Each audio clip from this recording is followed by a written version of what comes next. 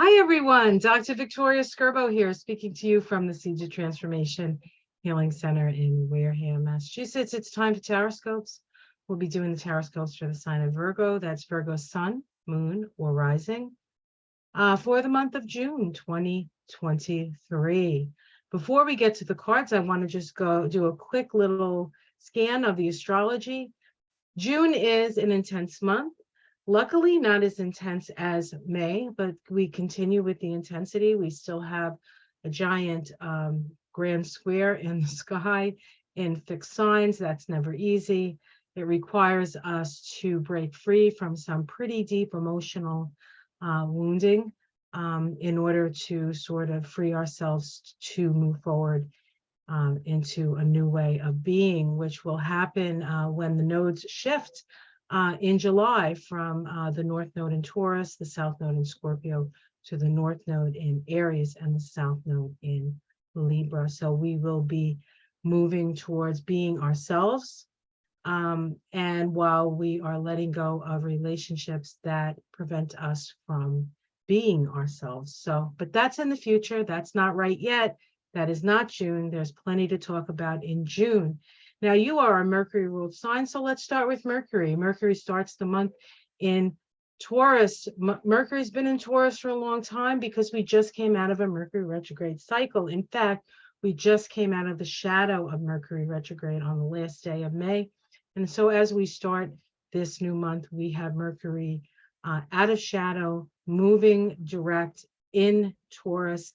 And a lot of what the last 6 weeks was about for us, we're starting to understand a little bit better and what it's going to mean for us. Taurus, Mercury and Taurus, very practical. And you are a practical sign. You are also an earth sign. So it's helpful for you to know, to learn from the experiences of that Mercury and Taurus retrograde, and now to act on it. Then Mercury makes a conjunction to Uranus at the 21st degree of Taurus.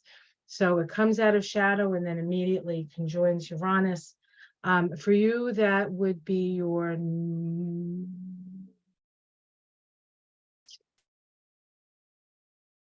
ninth house of truth.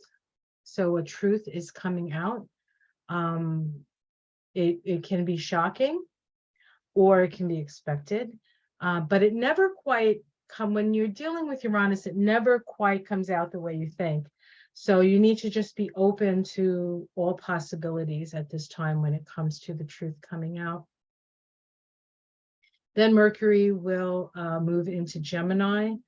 For you, Gemini is your house of career.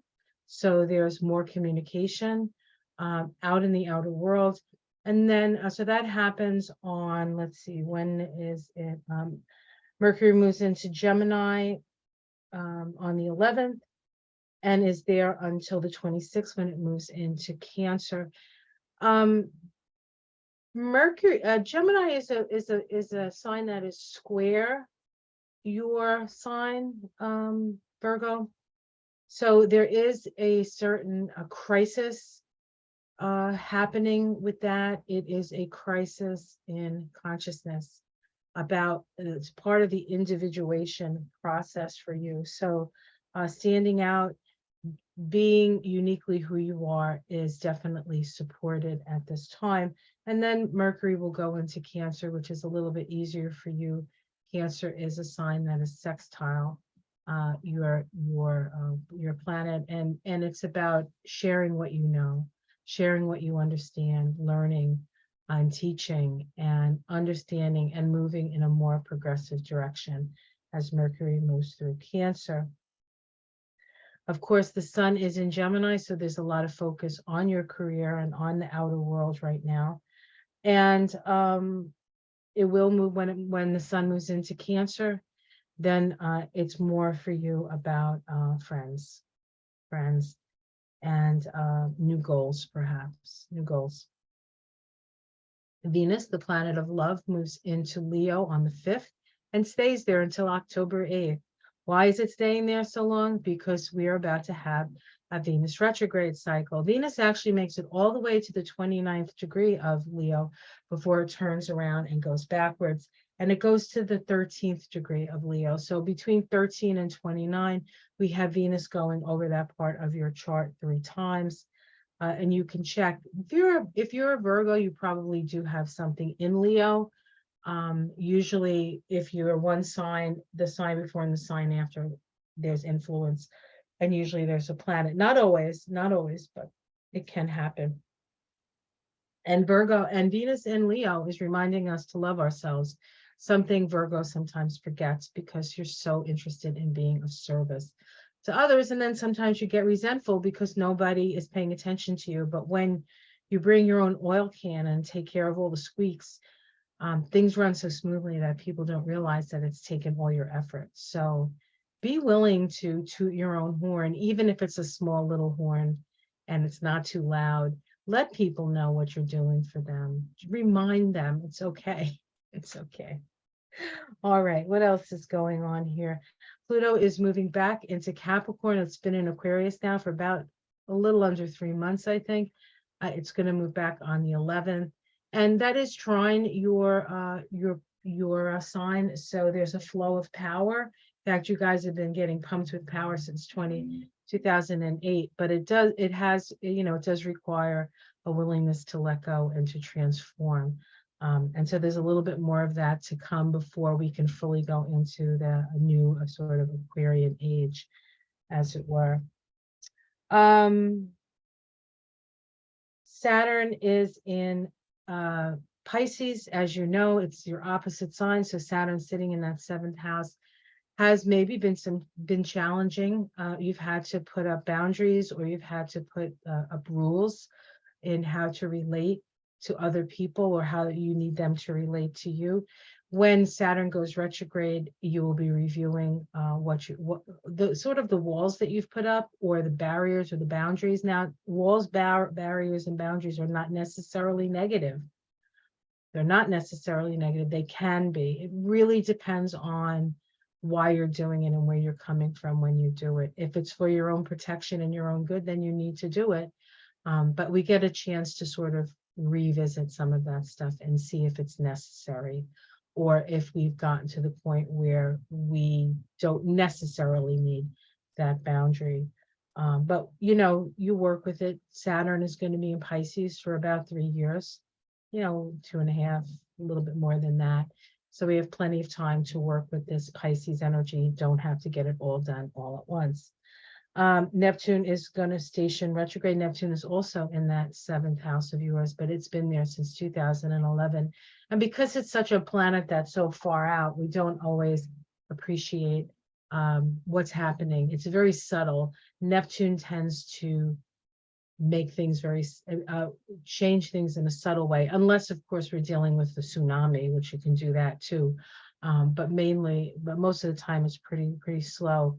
And as Saturn moves through this place now, where Neptune has gone, Saturn is going to help to maybe sweep out some of the stuff in how you relate to others that you no longer need.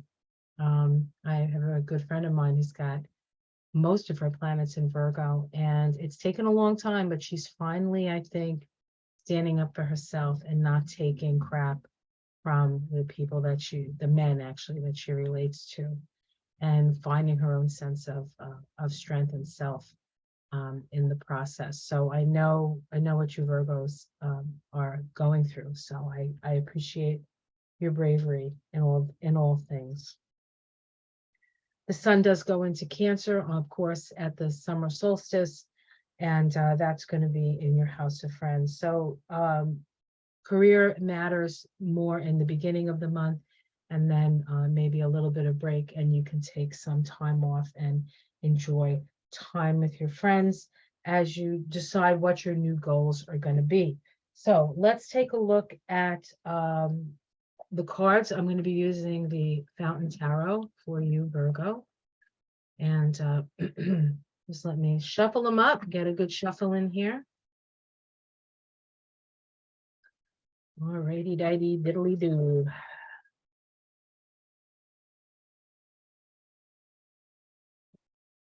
So all of the Mercury retrogrades this year, for the most part, have been in Earth, right? We had one in Capricorn, one in Taurus. We are going to have one in your sign. So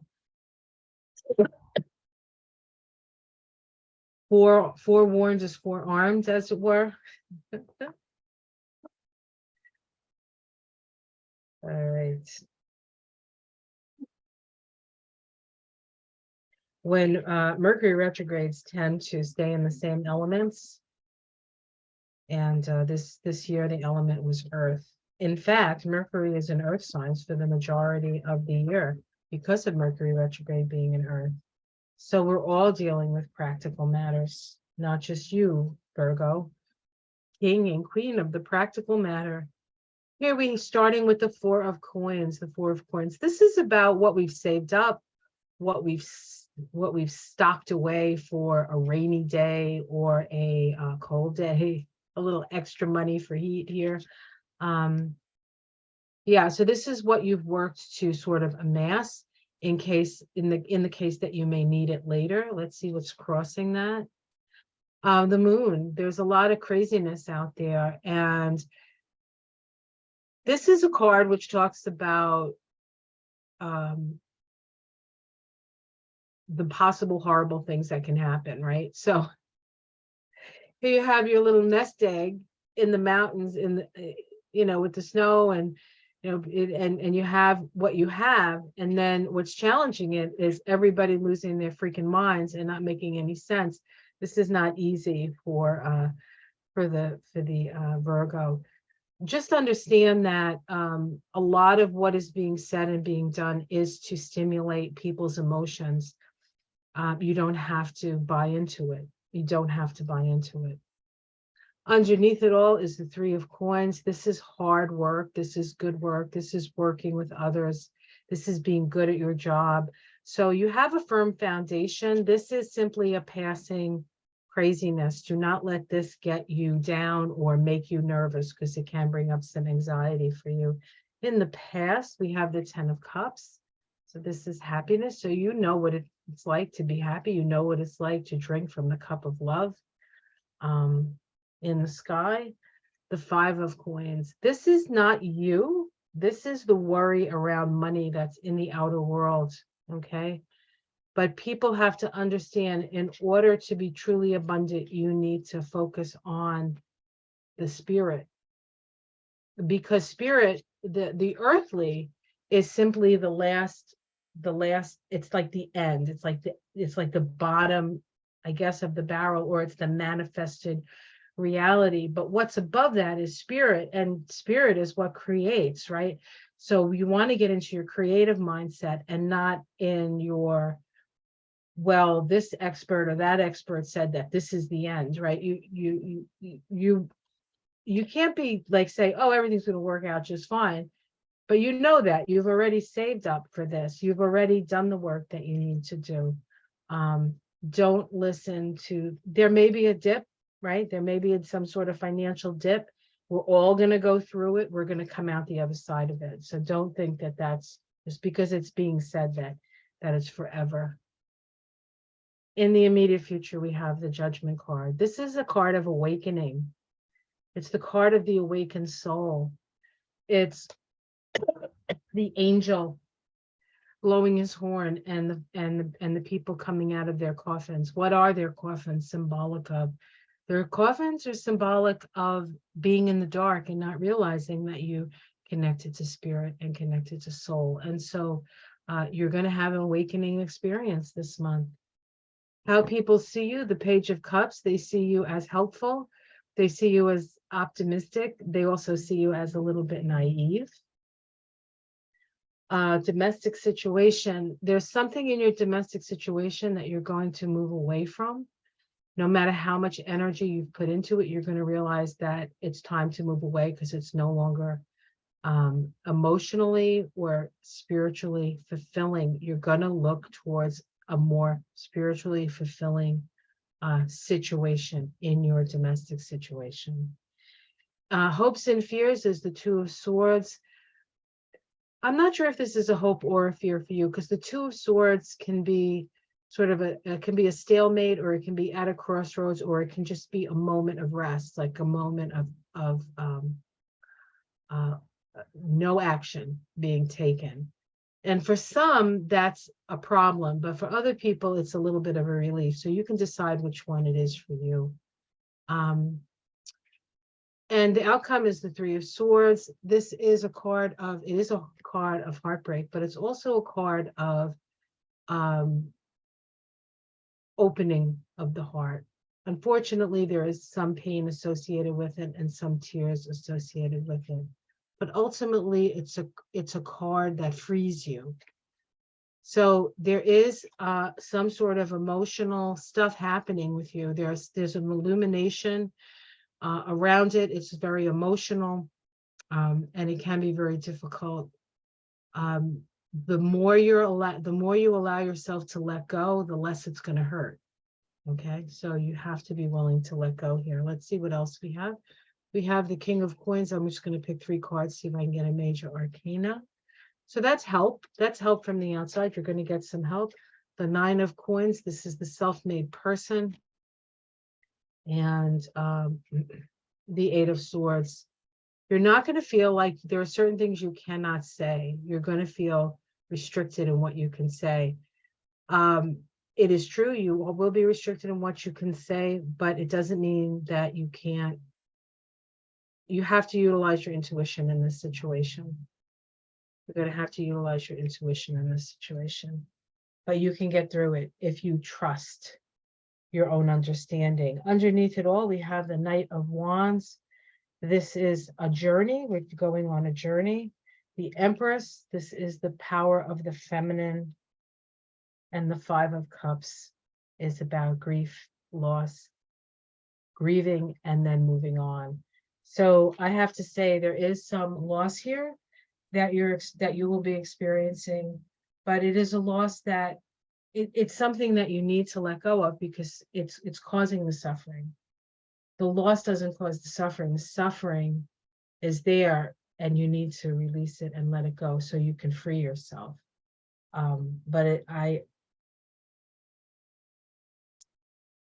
The main thing I get from this reading is that a negative mindset will attract negative things. And I know for Virgos, it's a little hard to have that positive mindset because you really are so reality-based in a way. But you will move through this. You're standing on your good works. That this is something that you need to go through. You need to wake up from the situation that you're in order to move on. And as long as you stay asleep, you're going to suffer. That's what it looks like to me. Well, I don't know how enjoyable that reading was, but I think it was necessary and important. All right, guys, have yourself a wonderful month if you can. Let go, let go, let go. You are supported. You can do this. You can do this. And I think this is a fear of taking an action, by the way. When I said I didn't know, but I think it's a fear of taking an action.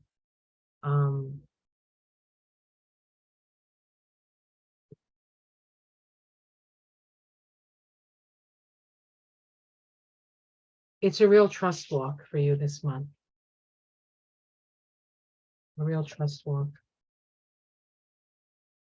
Just looking to see if. Hold on 1 second. I haven't done this for anybody else, but I'm going to do it for you. I just need to grab something here.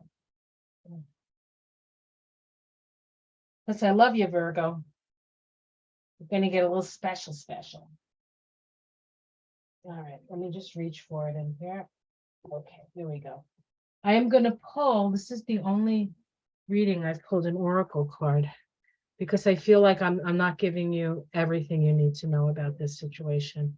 It is a challenging one, so I want to make sure you have every opportunity. So I'm going to be pulling 1 card from the Spirit of the Wheel. Oops. Oh dear. Okay. maybe more than one. Or 1 card will jump out. Let me just, what does Virgo need to know for this month? What does Virgo need to know for this month? What does Virgo need to know for this month? Show me, Virgo. Show me. What does Virgo need to know? Okay, what do we have? Blue moon, mastery, recognition, and evolution. All right, blue moon. You saw me standing alone, without a dream in my heart, without a love of my own. I love that song. Okay, these very, very, very small, so I have to take the glasses off. The blue moon card is also known as the 13th moon. This card represents achievement at the highest level. Two moons occurring within the same cycle means double the energy, influence, and power available to you at this time. This is a perfect opportunity for you to achieve mastery in some area of your life. The blue moon denotes some kind of recognition for your gifts and abilities. Material gain is indicated with this card as it signifies abundance on all levels. So don't worry about the money stuff, okay? That's something you don't have to worry about. Self-empowerment is occurring even though you may be fearful of this transition. And isn't that true? You are empowering yourself. Okay, Virgo? The blue moon's influence brings synchronicity, and it seems as if things just come easier for you now. You may very well feel the energy of wolf spirit around you as the teacher and pathfinder. The wolf can assist you greatly in this auspicious time. Become the master and allow your dreams and visions to be actualized. You have worked hard, so accept the recognition that goes with the blue moon. You deserve it. This is your prayer. As I move more fully into my own power, I open my heart to the recognition I deserve.